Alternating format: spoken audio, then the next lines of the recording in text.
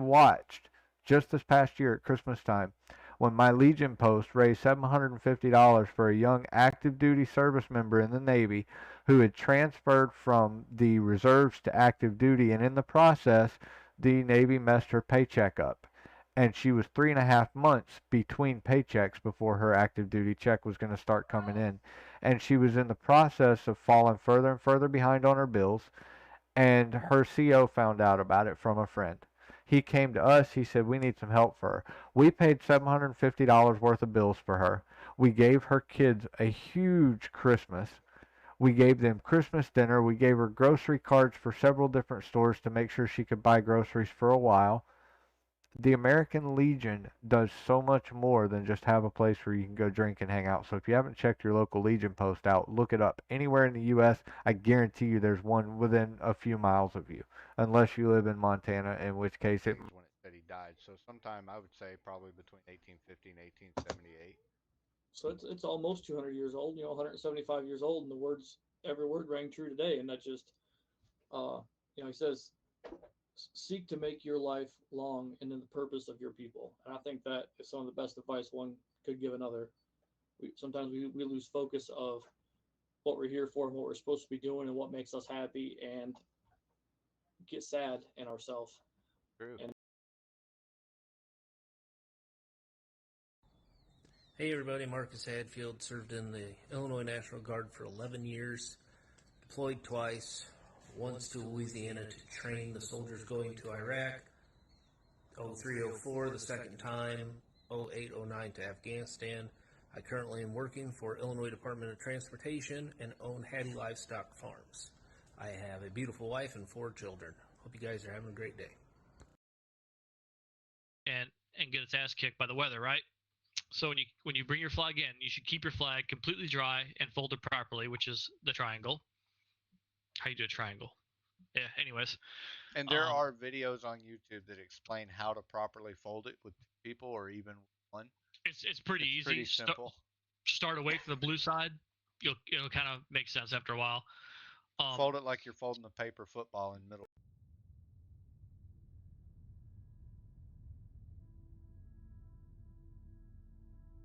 Be a friend. You don't need money. Just a disposition sunny. Just the wish to help another. Get along some way or other. Just a kindly hand extended out to one who's unbefriended. Just the will to give or lend. This will make you someone's friend. Be a friend.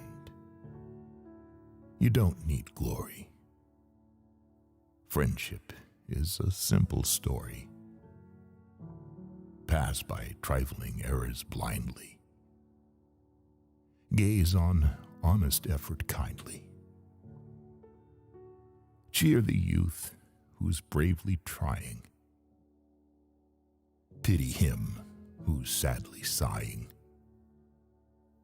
Just a little labor spend on the duties of a friend.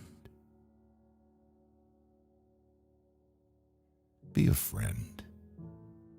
The pay is bigger, though not written by a figure, than is earned by people clever in what's merely self-endeavor. You'll have friends instead of neighbors for the profits of your labors. You'll be richer in the end than a prince if you're a friend.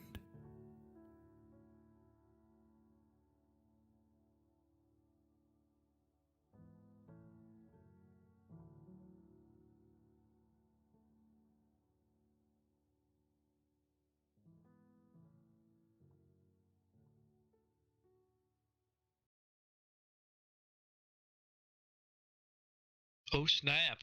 Welcome to the Patriot View. How's everybody doing? Hey, I got your Discord up on your webcam there, buddy. That's pretty cool. That's How does that pretty work? cool. Apparently, your OBS virtual cam is showing that. So Wasn't hey, it just good? it was, but and it What looks the like heck? maybe you're behind it. Whatever you got your virtual cam set to, it's picking up your main screen. It was good though, I swear. This is Okay, par for the well, course for us today, guys. I've been fighting issues. Okay, that's weird. So in guest star, I have you. Oh wait, that may be my fault. Do I yeah, have my that? camera's set up. Okay, there it is. My fault. Uh, last time we That's more streamed, realistic. we had a screen capture up there for something that we were showing. So there we go. So guys, it's been a crazy day. I've been battling my internet provider all day. Obviously, I'm struggling. We're late going live, but we do have an incredible show put together for you. I'm really excited to see all of the stuff that we're going to go through. Uh, this week has been crazy for me. I've spent the last couple days talking with some folks up in Missouri about the possibility of coming up there for a job, and it looks like we're going to be going up there next week for an interview. And then there is also a chance that my stepson will be coming to work there with us as well. So I'm excited about that. Be able to spend some time around him. A lot of big things happening. Been a busy week for me. How about you? What'd you do this week?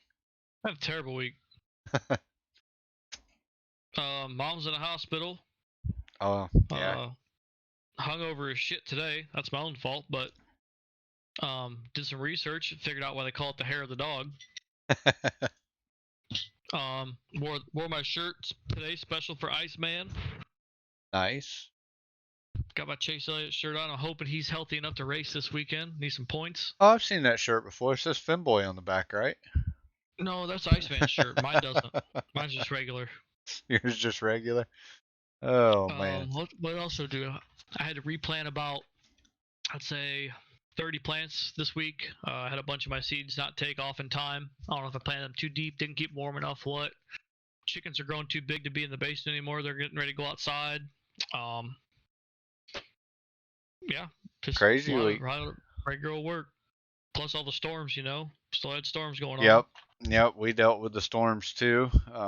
Last week we pushed stream because both of us had issues with internet and storms, and seems like these last couple weeks, man, everything that could get in our way of going live has tried to get in our way of going live. But I think we got it now. Hopefully Seems like we're you're coming across clean. I'm watching our stream on mute, obviously, but yeah. it looks like the quality's decent. My motorcycle's beautiful. Yep. Yep. Looks like everything is working out finally. So man, we got a huge lineup tonight. We've both been looking for different things to share on stream, things that were of importance. I know that you had brought up the idea of doing a This Week in History, and we started that last week. And this week, even though it's just 1 week in history, man, this thing is full of things that have happened over the last few hundred years. Yeah, it's this one's arranged a little different than the last one. It's arranged by day. So like on Okay. April 1st, we're gonna go through whatever happened on April 1st, and we'll just do each day of the week. And also, I included this time. I wanted to include it last time, but we had so much content that I wasn't sure if we had the time to do it. So I included some important birthdays. And as always, the link is pinned in the top of our stream chat. So if you all want to follow along or read what I'm reading, that's where it's at. Get the script to the Patriot View. Heck yeah. I think we're probably the only talk show that does that. Well, I want to be fully transparent with our viewers. There should be no reason for us to ever.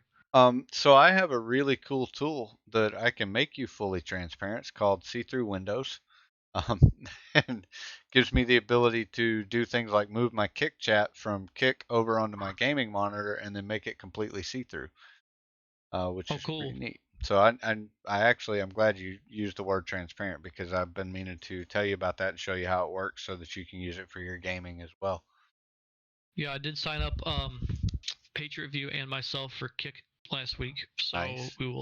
I want to do some experimentation as well, streaming on there, seeing how it goes. Tonight, actually, I think I'm gonna be playing GTA, after we get done with the stream. So I played last night for a while and went back to the old city. You know, it's dramatically changed.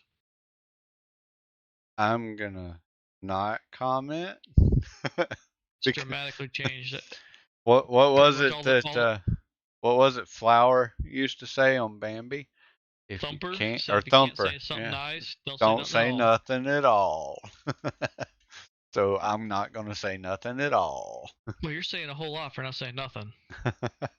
So Why don't what? you go ahead and read April 1st there in history? All right, April 1st, we got a couple different things that happened. April 1st, 1865, during the American Civil War, Confederate troops of General George Pickett were defeated and cut off at Five Forks, Virginia, and this sealed the fate of Confederate General Robert E. Lee's armies at Petersburg and Richmond and helped hasten the end of the war. So, big April Fool's Day for the Confederate troops that day, I guess. Yeah. April 1st, 1998, a federal judge in Little Rock, Arkansas dismissed a sexual harassment case against President Bill Clinton, stating the case had no genuine issues worthy of trial. Although Clinton had denied any wrongdoing, a unanimous ruling by the U.S. Supreme Court in May 1997 allowed the case to proceed, thereby establishing a precedent allowing sitting presidents to be sued for personal conduct that allegedly occurred before taking office. If I remember right, I don't remember him denying any wrongdoing. I think what he said was, I did not have sexual relations with that woman. That's pretty good. Not a bad impression, huh? Not too bad. Yeah, that's you know, I remember that at the time. It was like a huge thing. Oh my God, would you believe someone with such power and money would do that? And then look at us now. Well, I mean, the thing is, that was the first one that was really blown out as a controversial thing. Yeah. Nobody said anything about John F. Kennedy. Just saying. Yeah. I mean, the guy was a good president, but he was a dog when it came to being a husband. Was he? See, I don't know. But I imagine. I mean, Irish dude with good looks, power, money. Powerful family from Boston. Yeah. I'm sure he had his fair share of shenanigans. See, I used an Irish word there. Quit using big words.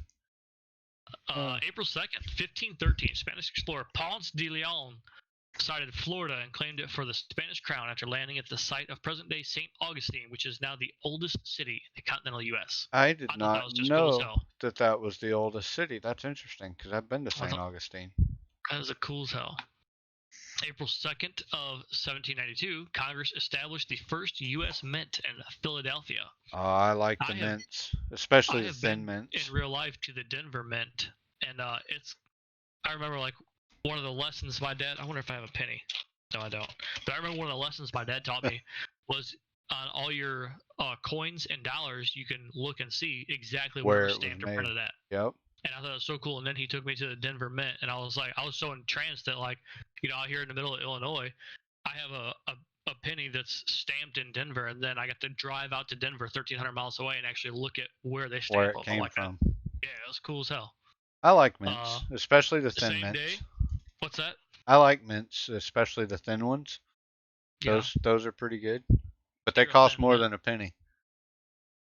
Yeah, I don't even know why we have pennies. Not anymore. We don't need them.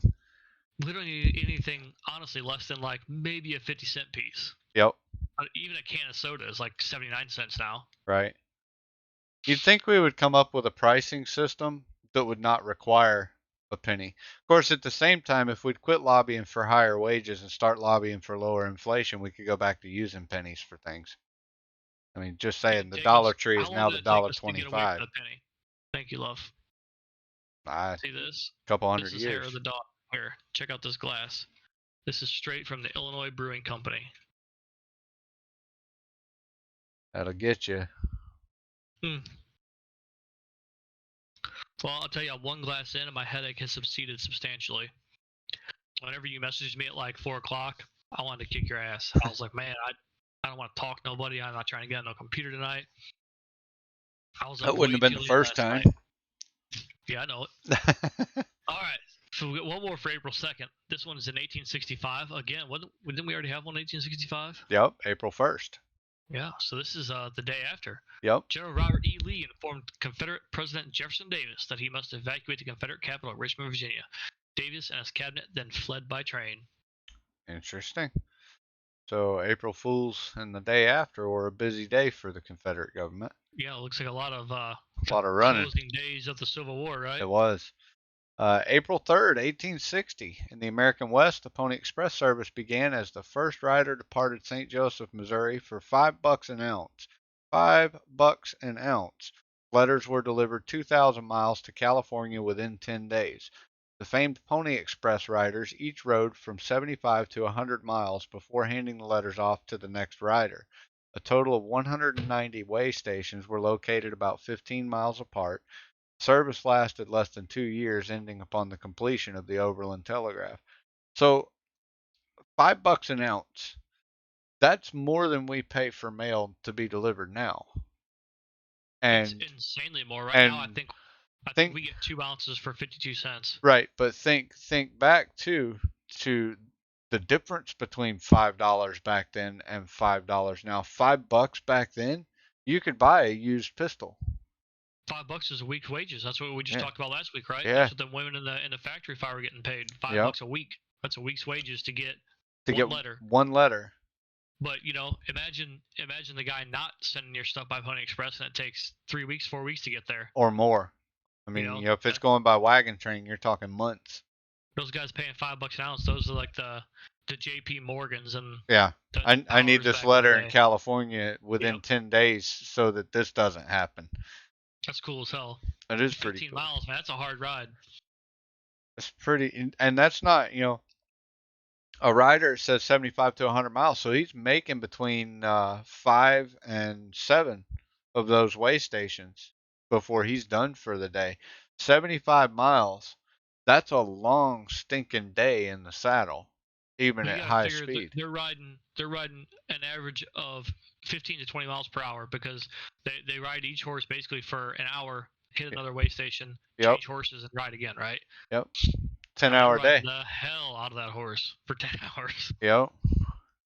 Think those guys ever made any Social Security claims or unemployment claims whenever they couldn't work no more? I don't know. Let's see. April 3rd, 1865. The Confederate capital of Richmond surrendered to Union forces after the withdrawal of General Robert E. Lee's troops. Okay, so this is 5 years later. So, is it? Oh, no. I'm looking at the wrong day. Okay, the Pony Express was 1860. April 2nd of 1865, Lee informed us. So April 3rd, the Confederate capital of Richmond surrendered to Union forces after the withdrawal of General. So Lee stayed a day after the president and his cabinet fled. And then April 3rd, 1944, the U.S. Supreme Court rules 8-1 that African Americans cannot be barred from voting in the Texas Democratic primaries. The court stated that discrimination against blacks violates the 15th Amendment and that political parties are not private associations. So that was a major, major deal when it comes to human rights within the United States, or citizens' rights, rather. That, blacks, whites, we all have the ability to vote for the person of our choosing. Yeah, it had been put into law by our Congress and signed off by the president with the 15th Amendment that everybody could vote, basically, right? Right. And so the Texas Democratic Party rose a lawsuit saying that they wanted to be identified as a private association, basically, to where that, obviously in this case, they didn't want blacks voting for primaries. But the point was to become exclusive to just who they wanted. Right. And the Supreme Court said, yeah, you can frick right off on that. Good for them. One thing the court system got right in America. I think the Supreme Court does a pretty good job, honestly. It seems like any cases that get brought to them, especially constitutional, arguments, it seems like they pretty much stick with the guns on what's written on paper there, right? For the most part, or at least try to interpret what it means in terms of modern happenings. Because we know that the Constitution wasn't written with knowledge of everything that we would have now, or even knowledge of the types of crimes that could be. Who would have thought in 1777 that there'd be such a thing as wire fraud? or email scams. You know, Right. they had no way of knowing that was coming. So what they did is they wrote a base of guidelines that says you have the right to do all of these things as long as you don't use your freedoms to do these things to encroach on other citizens' right to do them as well. And I think the biggest issue that we face in America today isn't the fact that we don't have rights. It's the fact that we don't know how to properly exercise them. And many times we take our rights to an extreme that violates somebody else's. Yep. That's definitely a basis of one of some of the major problems. And I think on kind of the same topic, but a tangent as well, is also the government's overreach, right? Yep. Like someone along the lines, somewhere along the lines, that they got convinced that they were the ones who established what we got as rights. Well, Right. that's not the case. No, the Constitution clearly states that the Right. government guarantees our rights. It doesn't give them to us. It seems like all the cabinet meetings and all the Congress meetings and all the stuff is always talking about whether they're allowing us to have this right or they're taking away this right. Right. Like they have the right to do that. Like they have the They don't. ability. Right. And I mean, here's a good case in point: gun control. Okay, so I am perfectly allowed to own a weapon. I'm perfectly allowed to use that weapon within a prescribed manner to protect myself, to provide for my family, to do whatever I need to do with it, even for enjoyment, provided that I do not use that weapon to encroach on someone else's right. I don't harm them for no reason. I'm not out shooting people for no reason. But the immediate action, it seems, of government whenever a gun crime like the one we had in Nashville is committed is to start, well, we need more gun control. We need to reduce the rights of the people. No, we need to teach the people better when they are younger how not to trample the rights of those around them. And here's something too. I don't know the background very well of the Nashville shooter or any of the mass shooters we've had recently. Yeah. But I would be willing to bet you don't just wake up one morning evil and decide you're going to go murder middle school kids. That's not how that works. I would Well, be it's not willing that to the bet. FBI has a behavioral analysis unit that has said since 1972 that is not the way it works. Right. And But I there would be are willing signs. to bet that at some point in those persons' lives, they were persecuted where somebody else trampled upon their rights to the point to where they felt the only way to respond to that is to take someone else's rights. If we could teach our children to be more respectful of each other's rights as children and teach our adults to do the same by living that out in front of our children, I think we would probably see a little bit different society than the one we currently see, or am I wrong? Oh, I'm with you 100%. I'm sitting here, my brain's going crazy. Like I want to say this and I want to say this, but it's easy to sit here in this comfy ass chair in my nice heated warm house with a pretty much sealed roof over my head.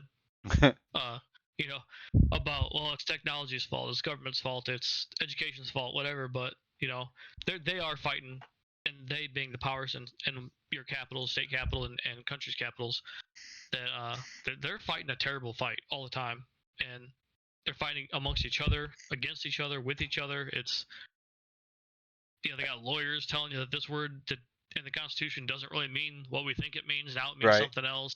Yeah, it's all a mess, man. I did Iceman, make thanks it, for that chat, Iceman. buddy. Appreciate that first time chat tonight. You see my shirt, Iceman? I know you like it. Perfect. All right, we got President Harry S. Continuing Truman. on. Yep.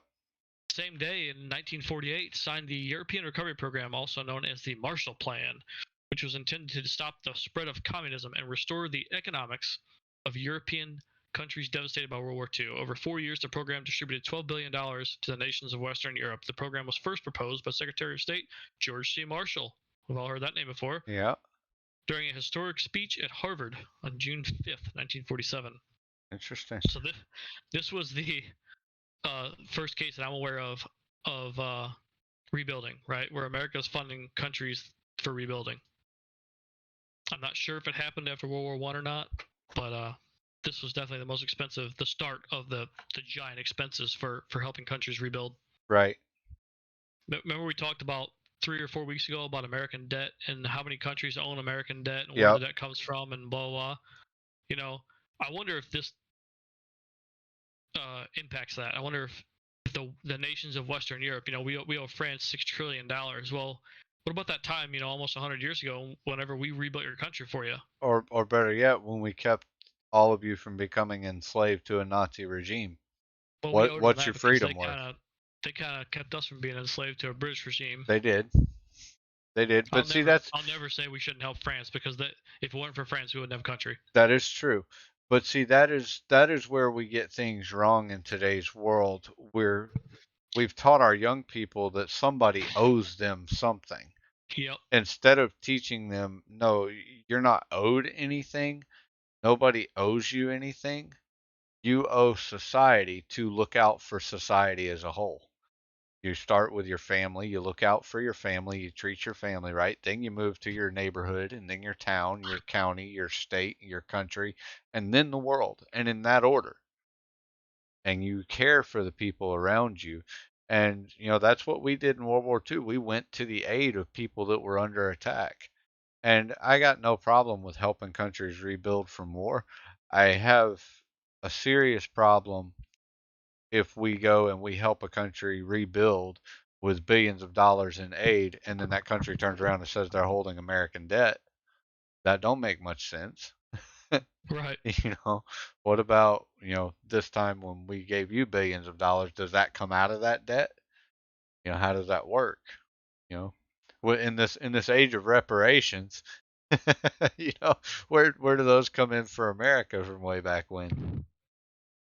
Let's see. April 3rd, 95. Supreme Court Justice Sandra Day O'Connor became the first woman to preside over the Supreme Court, sitting in for Chief Justice William H. Rehnquist, who was out of town. So that was a rather historic day. Yeah, I remember Yeah, for that. sure.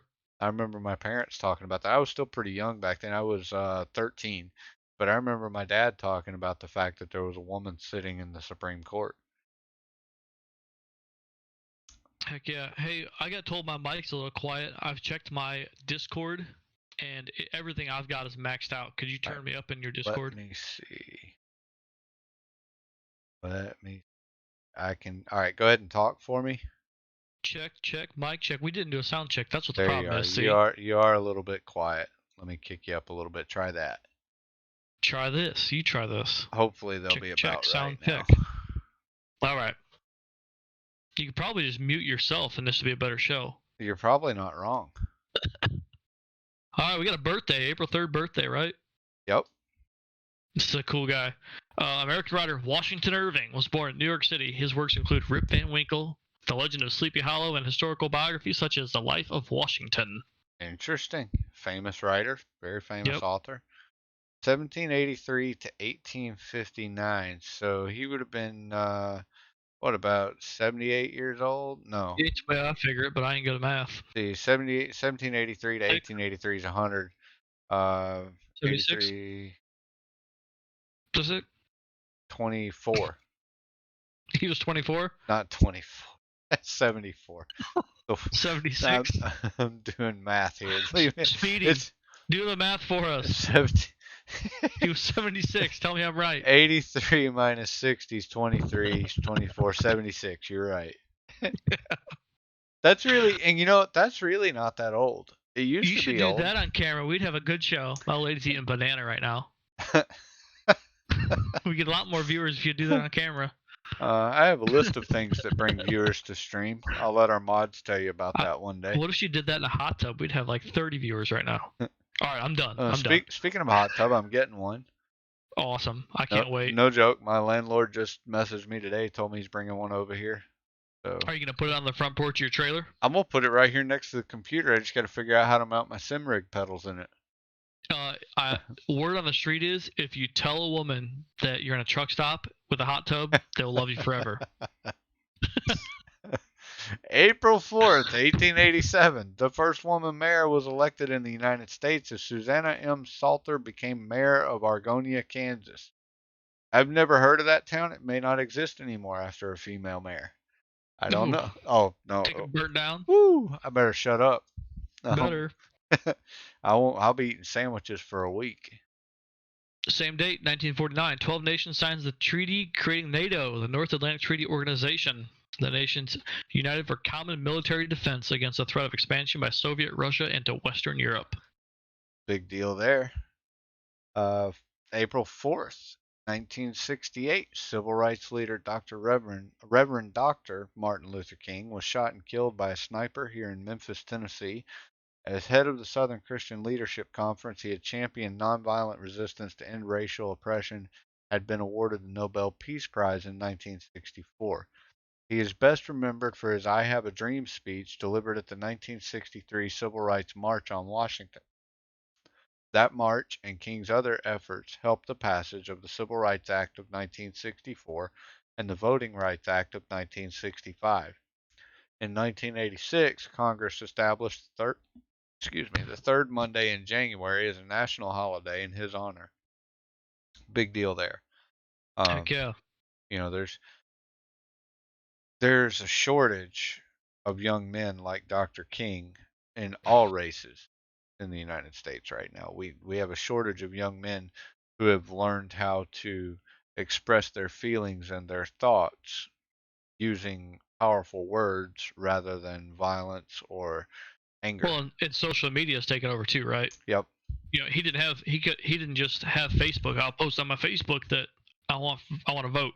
Right. You know, he had to actually take to the streets. He had to physically put himself in harm's way. And he didn't just talk about it. He lived it. He was about it.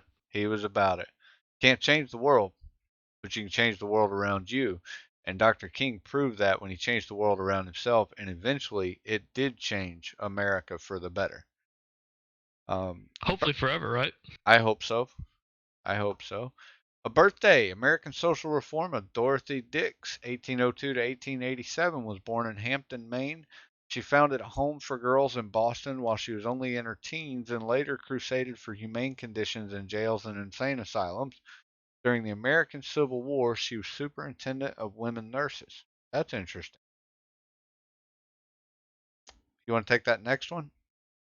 Oh, this is about Japanese. It's birthday. Japanese Admiral Isaruku Yamamoto was born in, I don't know what that town is, Honshu.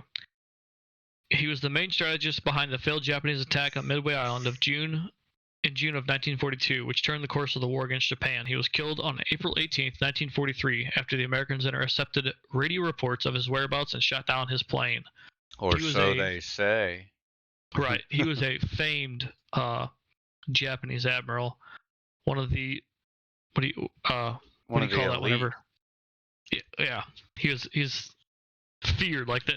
That was the guy on the other team they talked about. Like, right. You know, we got to strategize for this guy. Well, they did. They found his airplane. Yep. He was definitely an intelligent person when it came to planning battle scenarios. Much of the pain that we felt in our Navy was due to his planning.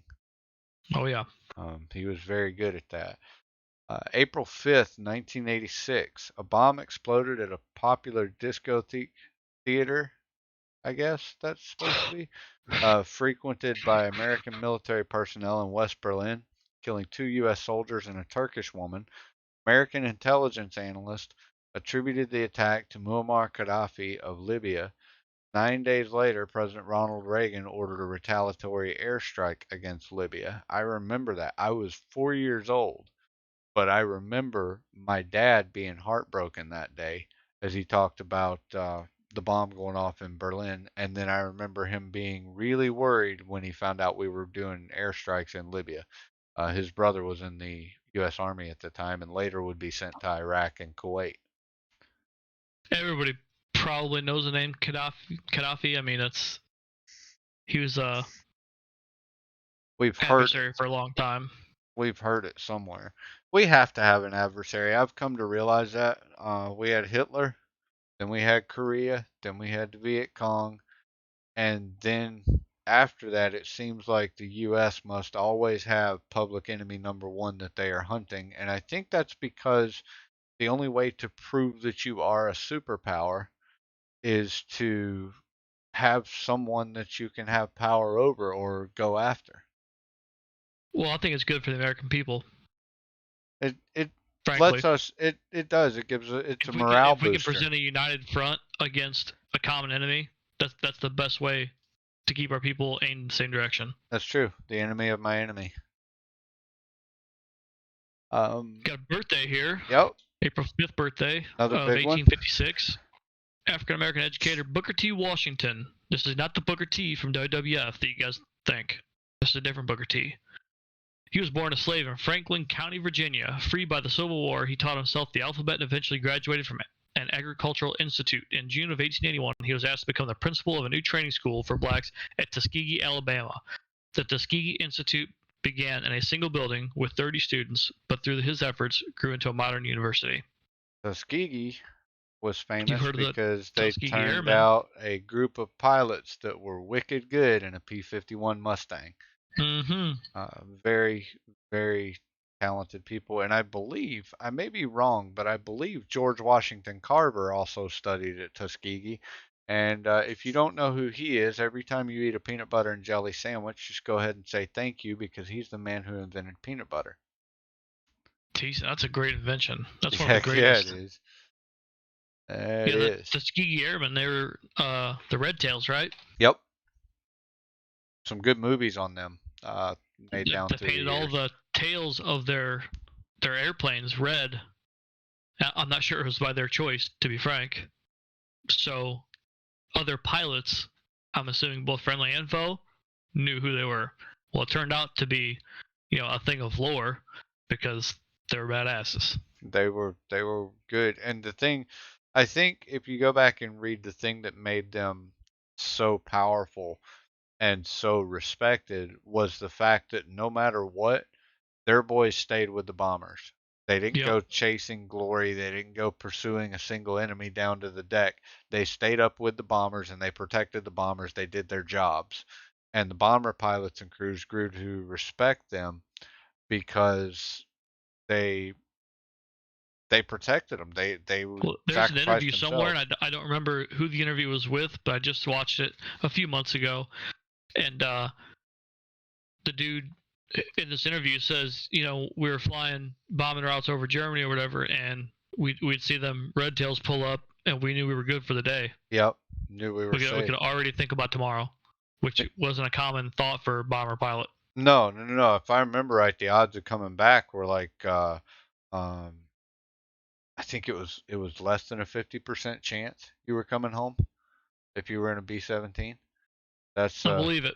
it's pretty scary. Meat Shield says Tuskegee Airmen birthplace is in Champaign County at Chanute Base in Rantoul, Illinois. That's That interesting. is correct. That is correct. That's about 20 minutes out of Champaign, Illinois, which is where the University of Illinois is. Very cool. April April 6th, 1896. This one's super cool. After a break of 1,500 years, the first Olympics of the modern era were held in Athens, Greece. That's pretty cool. 1,500 is. years, and the first one was held in Greece, where the Olympics were made famous. Very cool. I wonder if they had Greco-Roman wrestling. You what? I wonder if they had Greco-Roman wrestling. I guarantee it. Nothing like watching two guys in onesies hug each other. I don't know. It sounds like a Budweiser commercial. Probably one that you've overwatched. April 6, 1917, another big one. Following a vote by Congress approving a declaration of war, the U.S. entered World War I in Europe, and that would plunge us into one of the deadliest wars to date in American history. Nasty war. That's lot where of they were life lost. just figuring out chemical warfare.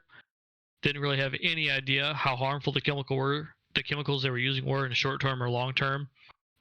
Tons of early deaths from exposure in that one. A lot of hand-to-hand combat too in trench warfare. It wasn't like it is today, where you can launch a missile or shoot. Even firing indirect fire with artillery and stuff wasn't as effective as sending men into the enemy's trenches. And they would charge each other. They would go over the top and charge each other. They'd fire till they were out of ammunition, and then it just became a bloodbath of hand-to-hand combat, bayonets, knives, rocks, whatever they happened to be able to find. I mean, it was very brutal.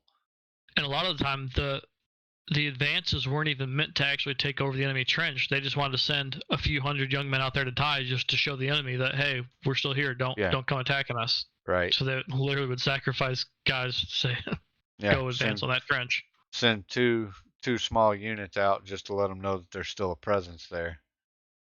Crazy. I remember this next one. Yep. Me too. Go ahead. April 6, 1994, the beginning of genocide in Rwanda, as a plane carrying the presidents of Rwanda and Burundi was shot down. They had been meeting to discuss ways of ending ethnic rivalries between the Hutu and Tutsi tribes.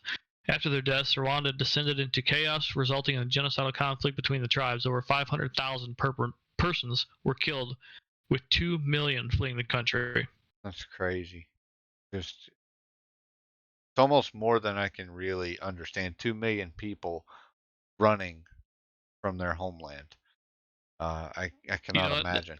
That's got to say something about how shitty your country is if you're willing to just pack your family up and leave and not fight for it, Like, how many generations of poor treatment has there been to where... Well, here's the thing, too, though. Who do you fight? Because it was people within the country that were fighting with each other.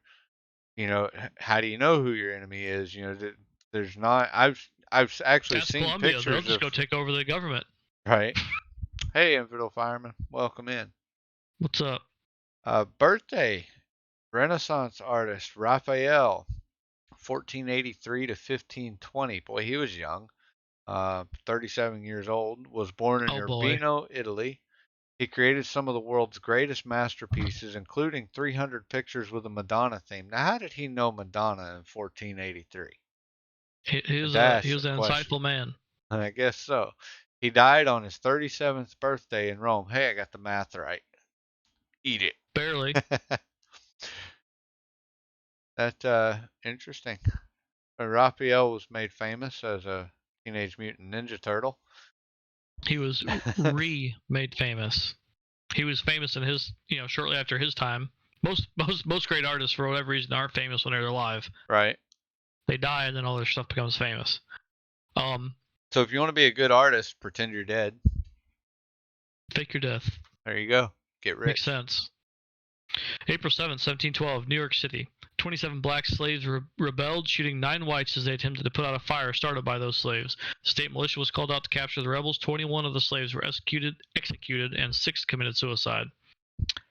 I don't really know any backstory about this. I don't really either. Hope to learn some, but I saw this and I'm like, sounds crazy. Stick that in the topics for later. I'd like to look into that incident because I've never heard that story before. This is in 1712. I mean, this is 65 years before we were America. These guys in New York, a lot of people tie New York with the North and anti-slavery and blah, blah, blah. Well, they had slaves, obviously. Right. But yeah, these guys rebelled in some sort of fashion, started lighting shit on fire, and weren't happy about the situation, I'm guessing. Okay, if you want to take that first event, I'm looking for something that I thought I sent to you, but I guess I did not. Actually, I sent you a message regarding an event coming up.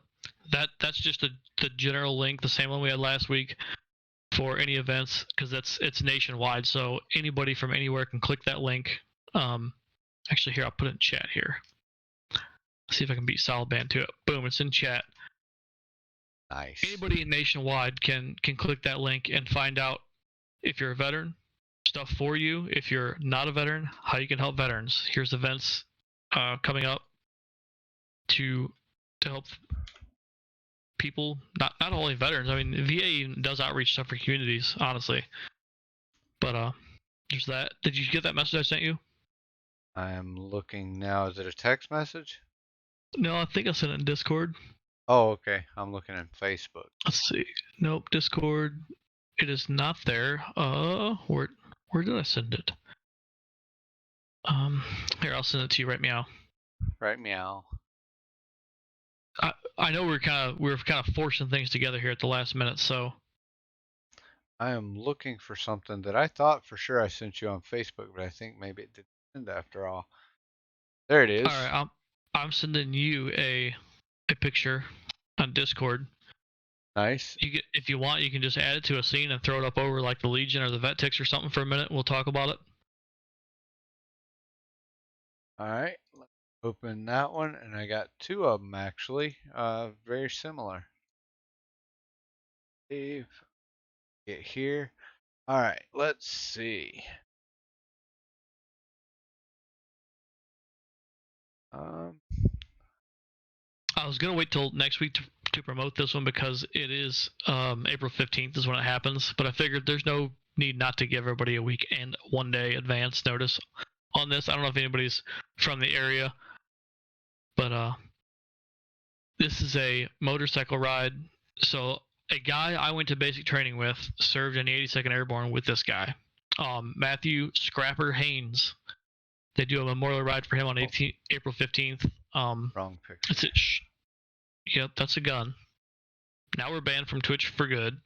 Wrong picture. There. Yours is actually titled. All right.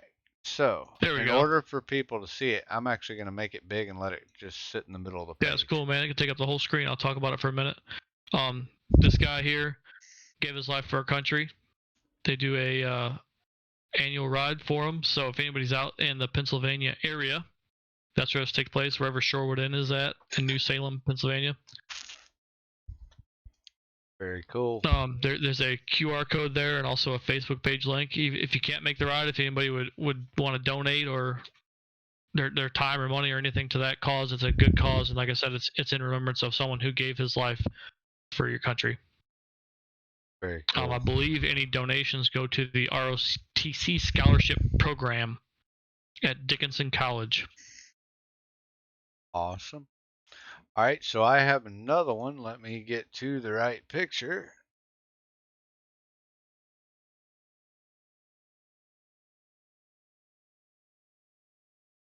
All right, so this is the Memphis Post 1 inaugural Knock the Dust Off poker run. This is happening April 15th, 2023. That's this Saturday. Registration's at 9, safety meeting at 9:45, kickstands up at 10. All of the proceeds that come in through this are going to directly to local veteran outreaches. This is put on by My Legion Post, and these are outreaches that we know for sure take the money that we give to them and they actually put it into where it does some good for a veteran. They don't just pocket it, they don't send 20% of it, 80% of it, all of it goes directly to helping veterans. So nobody pockets anything, nobody keeps anything off of these rides. These are a big deal to My Legion Post because we use them as big fundraisers, and we generally raise quite a bit of money that we're able to use to help our local veterans here in the Memphis area. So if you're in the southeastern part of the United States, you're not doing anything this weekend, if you want to go do this ride, let me know. I will work out being off work to go with you, and we'll feed you. We'll throw some meat on the grill and feed you, and we'll hang out. So that's an upcoming event that is a very big deal. And you know what? I am actually going to put that picture of that gun up because it is relevant to something as well. What's it relevant to? It is relevant to something that someone might be taking home from the Patriot View in the near future. And I thought we could just go ahead and throw the word out, let them know, they can tell their friends, might bring some other people to check us out. What do you think? I think it'd be cool. It's not the only thing we got to do though. That's true. High Performance Group hooked us up too. That's true too. I don't have a picture of that, but definitely we'll be wanting to talk about that as well. All right, so let me move this back up here.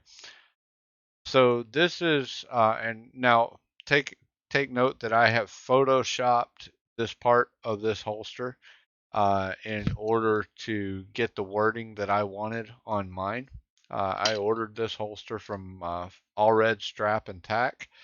And Phil Allred of All Red Strap and Tack is a veteran. He's an airborne vet, medically discharged after his chute collapsed at 500 feet when another paratrooper stole the air out from under him and he hit the ground from 500 feet. But Bastard. yeah, he's had a rough go of it. but he is back on his feet and he makes custom leather holsters. And so I ordered this holster for my pistol, and I got an idea, and I said, man, I want to order another holster, but I don't know what I want it for. And he said, what are you going to use it for? So we're going to give it away to somebody on our show that supports veterans. So I will be uh, getting together with Patriotic, and he and I, once I get my holster in, which should be sometime next week, um, I will take some actual pictures of the holster and get it up. We're going to be giving away a custom holster made to fit whatever weapon you may own. If you own the weapon, he will buy a blue gun and make the holster to fit and ship it to you. If you're in the U.S., he can have it there within a week. If you're not within the U.S., then we'll figure something out on getting it to you. Just make sure you're actually allowed to have a weapon in your country. I'd hate to be shipping you accessories for something you might end up getting in trouble for. But we are going to be giving away that holster. Now, that is a $100 value. His holster started $100 and go up. This is the design that I chose, but he's actually going to give us a whole plethora of designs for you to pick from. You can choose the patterns, you can choose the wording, you can choose the color, and you can choose what gun it's going to fit, and he's going to make it custom to that gun. So I'm really excited about that. That's a huge giveaway. And those holsters, it's like your gun clicks in, right? Yes, it actually locks in place. So I told him, I said, retention holster. The That's what I'm looking retention for. holster. I told him, I said, I'm going to be riding the motorcycle with this thing. Do I have to worry about it popping out? And he said, absolutely not. The way I make them, they will not pop out. And also, I talked to him, we talked about the lining up of the slots for the belt. And he said that that's the reason that he makes them as wide as he does, so that he doesn't have to put them at an off-centered angle, which makes the holster look odd. He said he's worked it several different ways, and that was the best way to do it, where it wouldn't look asymmetrical, and also would not bind when you put it on a belt. But I told him, I said, somebody asked me this question, and I didn't really know the answer to it, so I'm curious, is this going to bind when I put it on my belt? He said, absolutely not. He said, I promise you this will be the most comfortable holster you've ever had. So I'm excited to get it. It'll be here next week, hopefully, and I'll be able to take some pictures of it and share it with you guys. Yeah, man, I'm ready to see it. I'm stoked. I am stoked. So why don't you tell us about the other giveaway that we have coming? Well, a awesome friend of ours, Iceman. I'm always interactive on his stream, always, giving him some shit, messing up a stream if I can. Making him dance. One of his, yeah, making the chicken dance, of course. One of his supporters, High Performance Group, reached out to me and said, hey, we like what you're doing for the community. We would love to have some involvement. What can we do? Do you guys, would you have any use for a giveaway? I'm like, yeah, sure. What are we talking? And he said that he would give, yes, Iceman Chicken Dance. He said that he would donate us an H-145 helicopter and action pack to be used in Microsoft Flight Simulator. So if anybody plays Microsoft Flight Simulator, we will be giving that away on the 21st. We don't exactly have the raffle or whatever set up yet, but we're just trying to get it out a couple weeks beforehand that we will be having a giveaway. So hopefully we get a big turnout. It sucked to draw from 4 names. Right. But so bring your friends. Yeah, bring your friends on the 21st. If you guys play Flight Sim, we're going to be giving away one of the helicopters and an action pack, which he said includes like different paint jobs from. He said there's a military one, like a medical flight one. I think a firefighting one, I believe he said. Search and rescue. Yeah, a bunch of them, but that will be up for grabs, and we give a huge shout out to High Performance. Appreciate that. That's a big deal. I really appreciate them supporting us. They're a good group of people. That's how it starts, man. Yep. Oh, the link she posted won't work. All right, so is that's about it for events and upcoming giveaways. So you guys make sure you tell your friends we're giving away a $100 holster. We're giving away I don't even know how much that H-145 cost. Iceman would know the answer. I'm sure it's 25. And we're all about, if we can get stuff to give away, we're gonna do it. We gave away a flight yoke at Tropic Thunder. So a lot of cool giveaways going on. Yeah, Cowbell Cody took that one home. That's pretty cool. He was really excited to get that too. He sent me pictures. He's like, "This is so cool." He's Heck like, "I've yeah. never had one of these." So I guess we're up against our break here, Yeah. and Do we got a veteran spotlight going on, or what's the deal there? we do. Let me get to this folder because I'm actually going to have to pull this down. Okay, all right, it's easy to see which one is which. So we're actually going to have to edit the scene in live real time. Okay, it's either $35 on sale or 42 regular. So that's a pretty big prize. Heck yeah, it's a good giveaway right there. All right, so guys, we're going to go to our veteran spotlight, and then from that, we're going to show you a little bit more of Yellowstone National Park. Stick around, lots more of the Patriot View to come.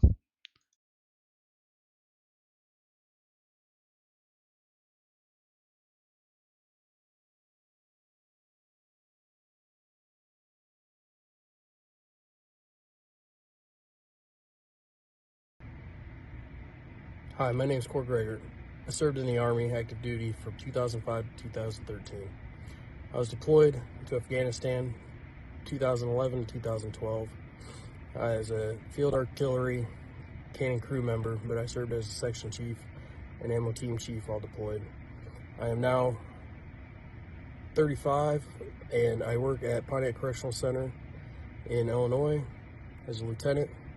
I have a wife, 5 kids, and been a interesting career, rough journey through transition from military to civilian world, but here I am.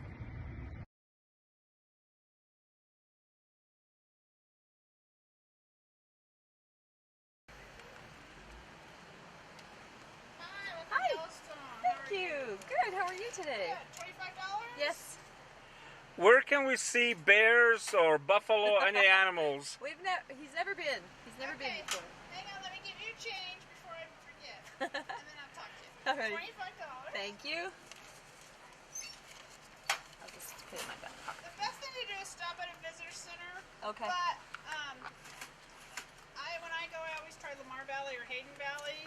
Oops. That's your receipt that gets you in and out for 7 Okay. days. So now, if we want to, And this also shows you where the major mammals live in the all park. right. Okay. So an information center is close by. 14 miles ahead at the Madison Junction. Okay. Turn right at the stop sign and then take your first right in. Okay. And if you walk down a little trail, there's a visitor center there. Excellent. Okay. Thanks so have a good much. time. Thank you you. too.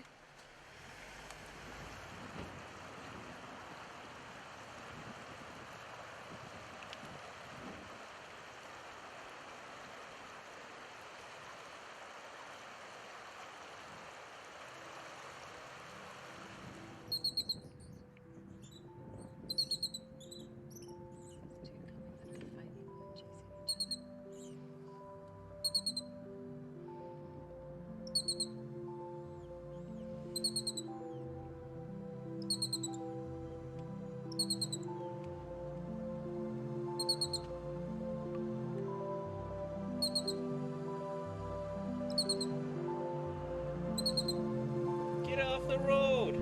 He's right in front of you.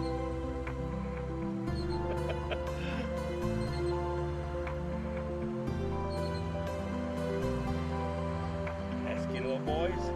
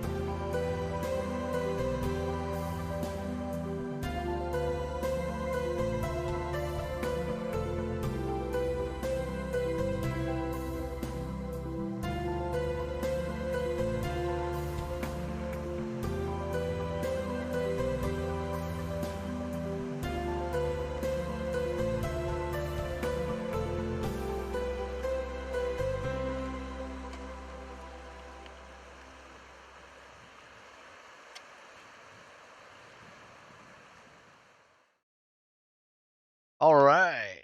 Welcome back. We are live. Oh, nope, wrong scene. Alright. There we go. Welcome back. What are We you are doing? live. Let's mute that. All right, now we're good. Oh my, All the right. technical difficulties today. Appreciate everybody watching that video with us. Some more of Yellowstone National Park. That's a park that both Patriotic and I are somewhat enthralled with. Just some incredible scenery, incredible wildlife there. Very awesome place. Heck yeah. So why don't you tell us a little bit about the Veteran Spotlight link? You know this guy, and Yep. I would like to know more. I met Corporal Cord Gregor at our job. We both worked for the prison system here. And he was a veteran, I was a veteran, so obviously we bonded naturally. And I don't know, he's all right, dude. He was 20, what's Hawaii? 25th Infantry, I believe. What the heck? Sorry, I'm trying to pull up this article here. I can't get in there.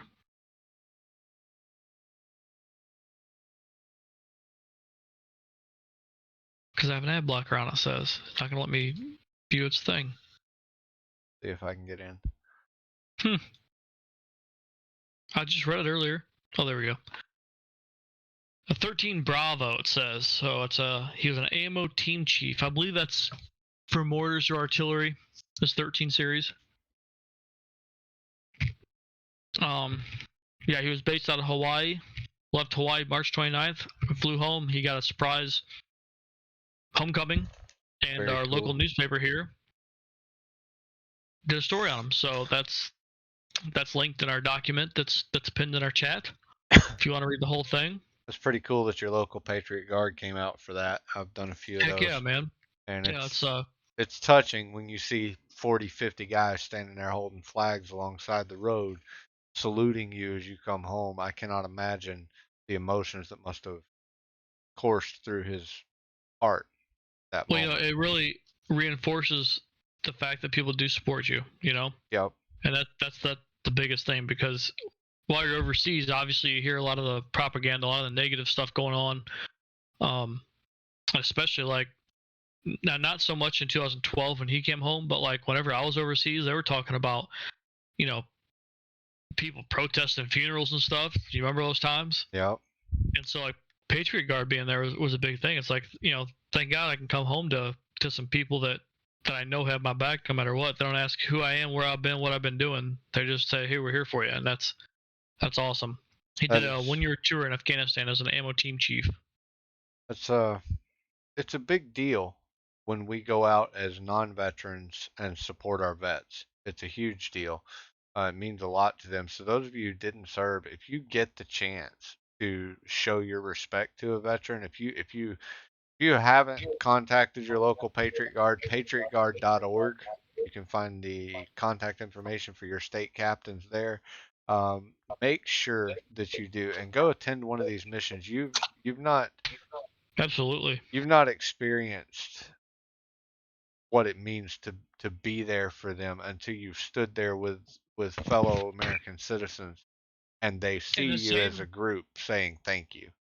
The same goes with the honor flight guys. When we send them World War II veterans down to Washington to just look at the new memorial, or we send them back over to Europe to see, the battlefields and the cemeteries and stuff erected over there. Same thing. That people showing up there's no replacement for it. It just makes them feel like it was worth it. It reinforces that initial feeling they had whenever they signed up or got deployed or whatever. Right. Even it lets them know that what they were doing does have an impact and it means something to the folks at home. I think that our veterans today are experiencing, or when the protests for sure were going on, they were experiencing a little bit of what our guys from Vietnam felt when they came home. Yep, and probably. So welcome them home. Tell them thanks for their service. It means a lot to them. Let's see. Up next, we're at the Constitution again, and this time we have a rather short section, still dealing with presidential duties. But could probably do both of them, honestly, within a short period of time. We can do that. We'll do Section 3 and Section 4 of Article 2. So this is speaking of the president. And it says he shall, from time to time, give to the Congress information of the state of the Union and recommend to their consideration such measures as he shall judge necessary and expedient. He may, on extraordinary occasions, convene both houses or either of them, and in case of disagreement between them, with respect to the time of adjournment, he may adjourn them to such time as he shall think proper. He shall receive ambassadors and other public ministers. He shall take care that the laws be faithfully executed, and shall commission all the officers of the United States. So that's a rather important, small but important piece of the Constitution that the Yeah, the president. State of the Union, man. Yeah, he's got to give the State of the Union, and we typically do that. Was it like January 19th, Something. something like that? I think it happens Yeah, in January 19th every year or thereabouts. I think Um, you're in the ballpark. and then it says that he has the ability to convene both houses or one of them, and in case of a disagreement between them, he has the ability to adjourn them until he thinks they've had time to calm down. So our founding fathers, if you go back and you read the writings that describe some of the meetings they had, there were times when they nearly came or did come to blows, uh, over different issues. They were passionate men when it came to how they felt on politics, and we still see that from time to time. You'll still see senators and congressmen who are truly passionate about something get very heated in their discussions and even sometimes exchange blows. Uh, Section 4, the last section of Article 2. The President, the Vice President, and all civil officers of the United States shall be removed from office on impeachment for and conviction of treason, bribery, or other high crimes and misdemeanors. So if a president is convicted of a crime, or the vice president or any other civil officer is convicted of a crime while they are in office, they shall be removed from office once they've been impeached and convicted. Now, impeachment is not enough to remove them from office, they have to be convicted of a crime as well. So that's two very important clauses in the Constitution. That Conviction of treason, bribery, or other high crimes and misdemeanors. wonder what misdemeanors would qualify for that. I believe. DUI is a misdemeanor. Yeah, I doubt that's one. DUI can be felony if you get enough of them. Or a big enough one. I once knew a girl that she blew like a .11 or something, and they gave her a felony DUI because she was so drunk driving. Wow. Yeah, that's It no was good. like driving under the influence, with intent or something. That they named it. Like she was so drunk that they hammered her. Right. No pun intended. Now we've talked in the past on the show about fastdemocracy.com. It's a great place to track bills and laws as they're being passed through the various houses, even down to your local state. You can track state action as well. And we got an alert this week. One of the bills that we've been watching, House Resolution 2472, which is aimed at directing the Secretary of Veterans Affairs to take actions necessary to ensure that certain individuals may update the burn pit registry with a registered individual's cause of death and for other purposes. So this bill has to do with folks like Cody, who served in Iraq, and folks like my buddy Blake, who served in Iraq and Afghanistan. Um, when when they're there, they have pits where they burn refuse and trash, and the toxic smoke from those pits has caused some health issues. And so this bill was written or sponsored by Representative Raul Ruiz of California, he's a Democrat from California, and they want to open that registry up for burn pit related illness and death. They want to make it easier to update the information of people who may have been exposed to toxic fumes from those burn pits so that their families can receive adequate compensation. And we've been following this bill since it was first introduced. And on April 3rd, it's now been referred to the House Committee on Veterans Affairs for consideration. So that bill is gaining some traction. It is starting to move slowly up the ladder that it will have to travel in order to Yep. actually be passed into law. So that's pretty cool. We're actually tracking political lawmakers as they're doing their job. Absolutely. Yeah, the House Committee on Veterans Affairs is what they will do is, so now that the bill's been introduced and referred to them, it's open for commentary. So they're the Committee on Veterans Affairs, so they know the ins and outs of what it takes to the logistics of it, right? Right. So they will have their comments and concerns tagged onto the bill, like this bill is great and here's how we need to make it work. Right. And then after they do that, I would imagine, I think the next step is referring it to the Senate for comments, and then it will be formalized, and what do they call that? A motion will be placed to where then that's when they do the yeas and nays in the House, and then the yeas and the nays in the Senate. So yeah, step two's done.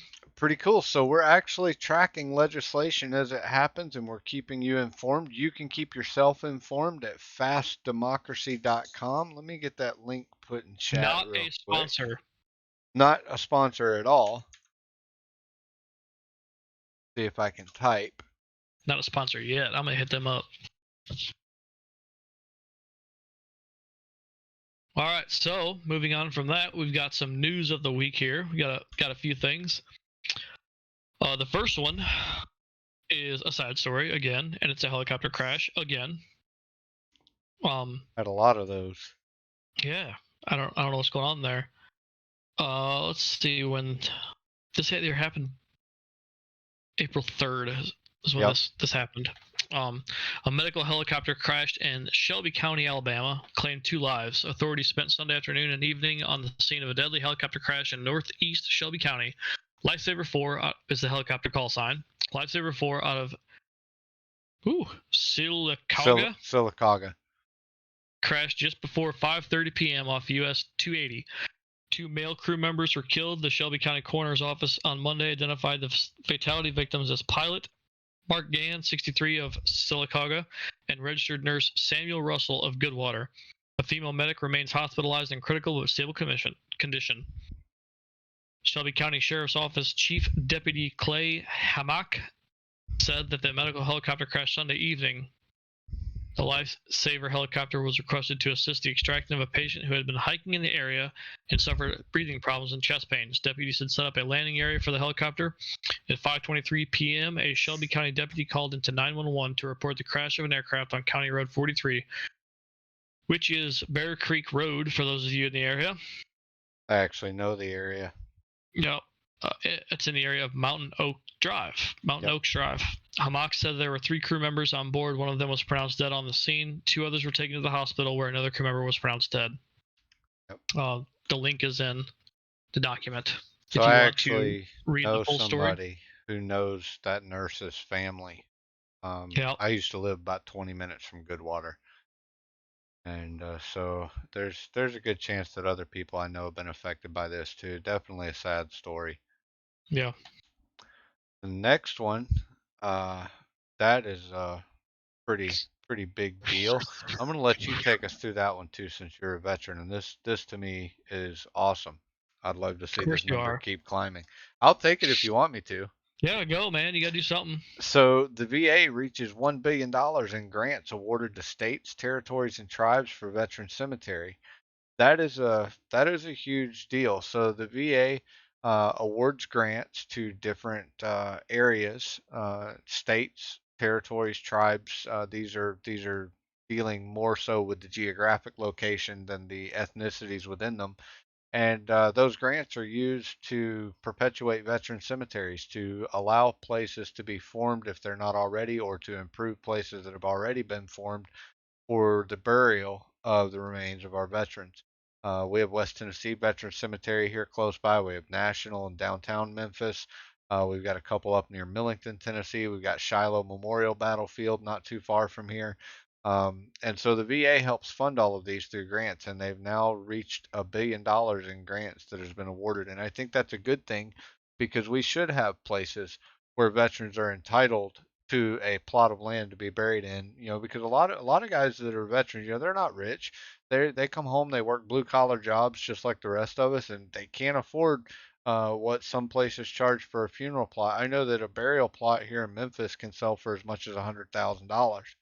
Jeez. Yeah, I mean, You're talking about a piece of ground just big enough to lower a casket into and put a Well, headstone, heck, and they get $100,000 for I got some land. I mean, them, right? I ain't got nobody buried out there yet that you need to know about. hey, $100,000. You know, I mean, you know, few So this acres, sell it for $1,000 a pop, you make good money. this grant or this milestone was reached with a grant of $1.8 million to the state of North Dakota for the expansion of their veteran cemetery, the North Dakota Veteran Cemetery, which is in Mandan, North Dakota. Very That's cool. what pushed them over the $1 billion limit there. They ain't burying them till spring. You can believe that. Probably not up there, huh? Not without dynamite. Matter of fact, when my grandfather was buried in upstate New York, they would not bury him until after the last freeze. We held his funeral in January, but they didn't bury him until after the last freeze because they said that the groundwater freezing and thawing out would actually cause the vault to float and resurface, come up through the surface. So they have to wait until after that last freeze to bury the vault, and then that gives it time for the ground to settle and I guess compact in to where it can't be affected by that as much. I didn't know that at that point. I was 16 when he passed. Makes sense, I guess. Yeah. So this one's pretty cool. Yeah. This is actually a little bit old, but I just found it, so I figure we're talking about it. The winner of the TV show Survivor last season was Mike Gabler. Now, spoiler alert. I guess you got to say that, don't you? I'm going to tell you who won the show. It was Mike. He becomes the first winner ever to donate any of his winnings from the show. So I've been watching the show like literally since Survivor 1, and everybody's like, "Oh, I'm gonna start a children's donation thing. I'm gonna start this, or I'm gonna do this." But they don't. No one ever. Apparently, no one ever does it. So this guy's the first one. Now he hasn't got his check yet, but he has already signed the paperwork to divert his winnings to these areas. I think he has 10 selected so far, and I know my list here isn't 10, I don't think, but he has 10 selected so far. So the nonprofits to which he will be donating is the Veterans Exploring Treatment Solutions. Veterans Exploring Treatment Solutions, VETS, is the acronym. I bet that has to do with TBI and stuff like that. Maybe limb loss and stuff. I'm not sure. Research I didn't kind of thing. On that website, again, the links in the document, all the charities that he's supporting, they have links in there. I'm not going to read every single charity, their homepage or whatever. But anyways, he's doing Healing Heroes, veterans and first responders. So that's not just for veterans, that's also first responders, which obviously we're advocates for. The Rescue 22 Foundation, again, someone probably using the number 22 for their benefit. Yeah. That's all I'll say about that. PJ Pararescue Foundation, that sounds cool. Wonder what that is. PJ is parachute jumper, right? Pajamas? Parachute jump. The mission continues, so that's serving after your service. Advocates for Healthy Minds, that's obviously probably PTSD type stuff. Reintegration, recalibration, and then Heroic Hearts Project. I don't have a clue what that one is. Those are just some of them. Like I said, he's got 10 picked out so far. He's given his whole $1 million away. At the final tribal council, Gabler considered revealing his plan to donate the winnings to veterans organizations. He decided that he would not reveal his plan. Quote, I immediately shied away from that because I didn't want that in any way, shape, or form to be using veterans, using the population I care about deeply to help me win, he explained. That would have been the wrong approach. By winning it on my own, then it's just me taking care of veterans. Otherwise, there would be an asterisk by my name right now. People would be going, well, he wasn't going to win, but then he dropped that in there. He used veterans to win. I just thought it was shady, to be honest. I wanted to win on my own merit and then pay it forward. And I'm glad I did it that way, end quote. I'm glad he did it that way, too. That right there is what got me sold on this article. Because we always talk about all the time. I tell you about how much bull crap I think it is that these people use veteran suicide, veteran trauma, veteran anything to promote their cause, right? Like the 10% discounts on Mondays only. And this dude, whenever he said that he shied away from it because he did not want to use veterans to win, I'm like, yep, you're going on my show. Yep, absolutely. I'd like to get him on for an interview. Probably us and every major talk show in America. By the way, babe, we won't be watching that episode of Survivor now, we know. Yep. Full article is attached, obviously. So our next topic, this one's going to be interesting because this is one that I've actually had some very serious discussions with friends of mine who love TikTok.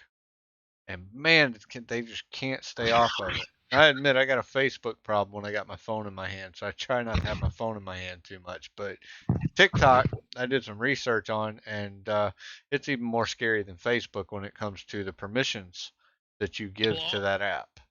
All this came about whenever Joe Rogan read it, right? Like I never even thought to look into it. And Joe Rogan on his podcast read it out loud, like literally got on his phone and signed up for TikTok and was reading.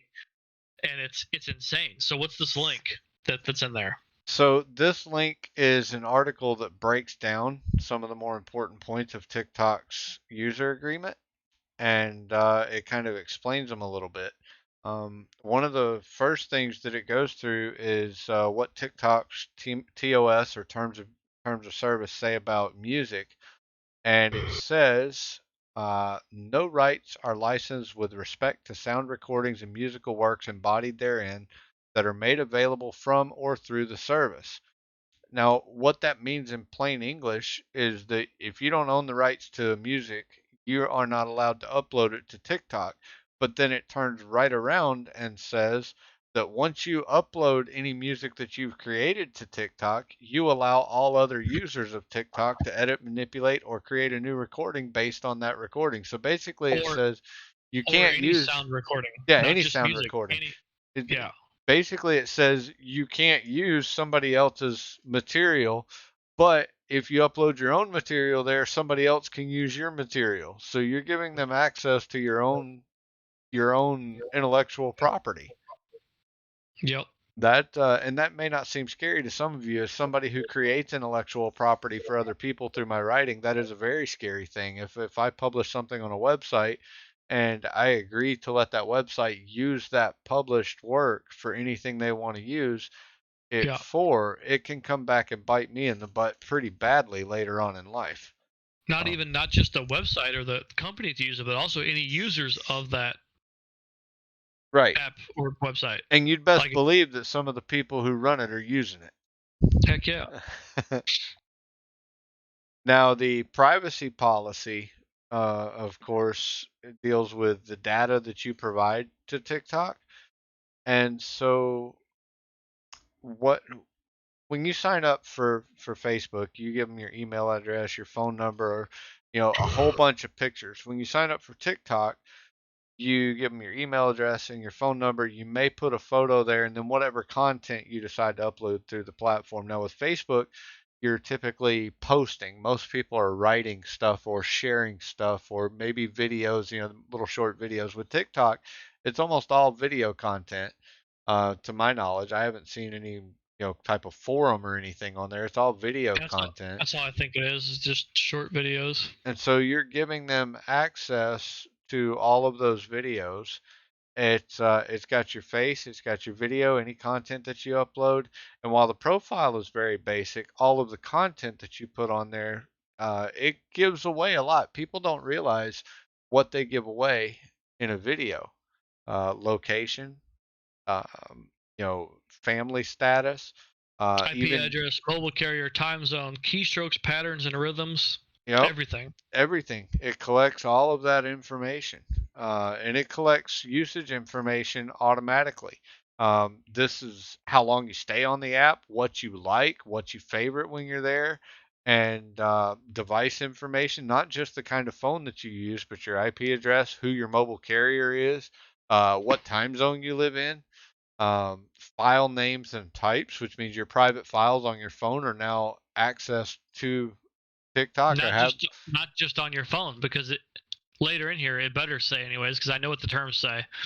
Any device connected to the network in which the device you're using TikTok is on. So that means if I'm using TikTok on my cell phone and it's on the same Wi-Fi network as the computer we're doing the show on right now they have access to this computer and all of its files. Yep, absolutely. And its IP address. Like, that's insane. Credit card numbers? I mean, maybe. What? Where does it stop, Okay, so Anyways, there is a rumor out there that TikTok crawls your phone and steals your credit card numbers. That could be possible that there's a user on TikTok who has that ability or multiple users, but TikTok itself does not collect your credit card information unless you choose to upload it to the app. so they say, but they're tracking your keystrokes. But they do track your keystrokes. So, So somebody who's how many crooked. digits is a credit card? 16, I think. Yep. So if you type in 16 consecutive numbers and then 2 numbers, a slash, and 2 numbers, they know that's a credit card number. And then 3 numbers after that, Right. And here's No the thing, doubt. TikTok itself may not use that information against you, but say somebody dirty in TikTok happens to be up at the top where he can view that information. Well, now that he or she is able to look through your keystrokes and go, oh, hey, look, there's the credit card number, there's the expiration date, there's the security code. That's kind of scary, which I get that we give that information to Facebook too, and that's equally scary, if not more so. Our social media addiction in the world today has definitely left us willing to be susceptible to information gathering and attack. Oh yeah. It's kind of creepy. Yeah, TikTok I is had a, banned I in had a my friend home. come over.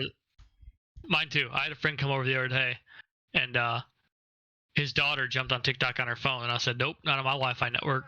Right? No, get out of here. No. Not happening. Do that on your own data plan. I'm really looking forward to the last topic that we got here. It's posed as a question, and I think we should ask the question to chat and see what chat has to say. What do you think? Well, we can, but we're not gonna have time to wait for Iceman to figure out how to type. He's starting up his stream, so. Yeah, I just honestly, I typed this into our itinerary here, and I was watching a show called The West Wing. It's a political show about a Democratic president, who's pretty unbiased. And I don't know if anybody's ever watched it or not, but there was an episode on there to where there was 1,200 Cubans that took off in what they called rowboats from Cuba to come to America, and all but 300 of them died, right? Mm-hmm. And the ones that got here, they're like, hey, what do we do with this? They're obviously illegal immigrants, blah, blah, blah. And the president said back something that really caught my ear. And he was like, these are people that abandoned their homes, their jobs, everything they've ever known and loved to come to America because they want to be part of the American dream. And I thought, well, what the hell's the American dream? So I literally got my phone out. This document that everybody can see is connected to my phone. I can update it as I want, And I typed in there, the American dream. What is it? What is it that we view as the American dream? I mean, everybody has a different opinion of it. I know what my opinion of it is. What's yours? What's everybody's? That's what I want to know. Right. So start with you. What do you think the American dream is? My American dream might be similar to other people's, but I think it's probably different too. A lot of people talk about, being rich and being wealthy and being famous. For me, my version of the American dream's just to live in peace, to not be at odds with anybody around me, to get along with my neighbors, and to have my family provided for and cared for. If I don't need to be rich, if my bills are paid and I don't have to worry about where the next gallon of milk's coming from or whether they're going to turn the electricity off or whether I have gas, then I'm pretty good. So for me, the American dream it isn't so much to be rich and famous as it is to be comfortable and at peace. Well, I think yours is a lot along the lines of mine. So whenever I think of the American dream, I think of a very famous American quote: "Life, liberty, and pursuit of happiness." Right. Yep. And that's my American dream: the ability to live free and to be able to pursue whatever makes me happy, whether it be a good job or starting a church or a charity group or whatever. You know what I mean? Right. To me, the American dream is the ability to pursue whatever I want to pursue without the fear of tyranny. Right. That's it. I like it. That's if I put my entire heart and soul into becoming a quarterback, then in our country right now we have that right. And no one's going to condemn you for it. You are not going to jail. You're not going to be censored. You can go be a quarterback if you have the skill set and the work ethic, right? Right. I agree. I'm aware that I don't have that, but you know, so on a non-rich scale, I still have, in my opinion, I'm living the American dream. I literally I grew up in a single wide trailer with, you know, hard times. So we'll just say it as that, with hard times. And now I live in a farmhouse, 3 stories, a finished attic. Like, Right. bills are paid, lights are on. I'm sitting here on a nice computer with a big old monitor. Like, man, I made it. In my mind, I made it. This is the American dream. I don't have to go do something for somebody else tomorrow if I don't want to. I'm not required to watch what I say or perform certain acts to prove anything to anybody. It's that I mean I made it. Right. We So what got does no our feedback in chat chat, think?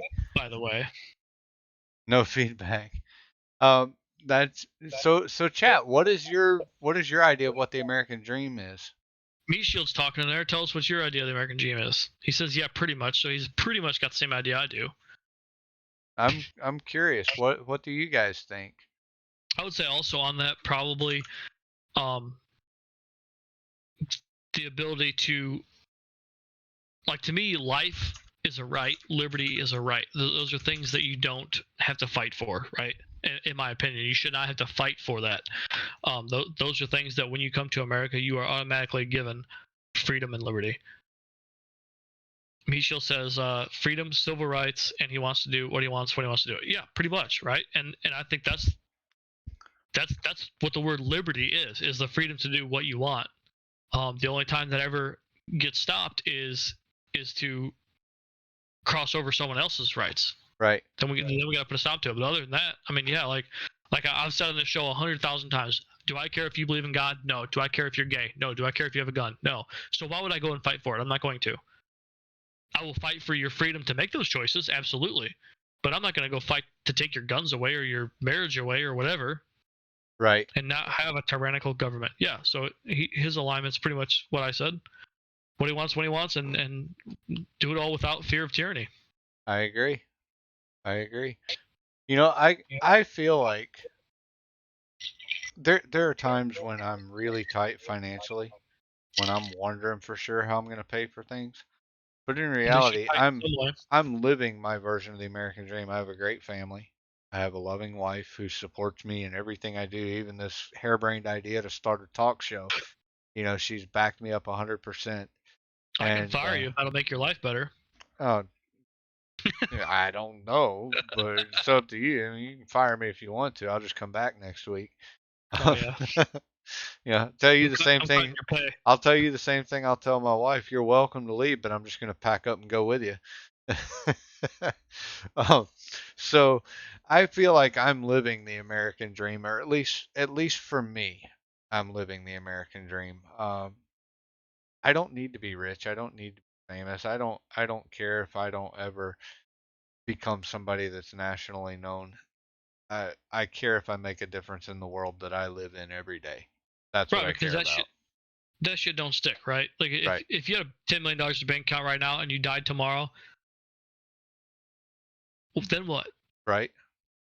You just died. That's it. Here's a topic we should look at. We should look at people who have won the lottery and just do a history on that. I think it would surprise some of our viewers, people who became rich and famous and what that did to their lives.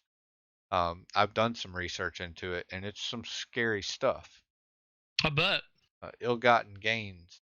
I could never be rich.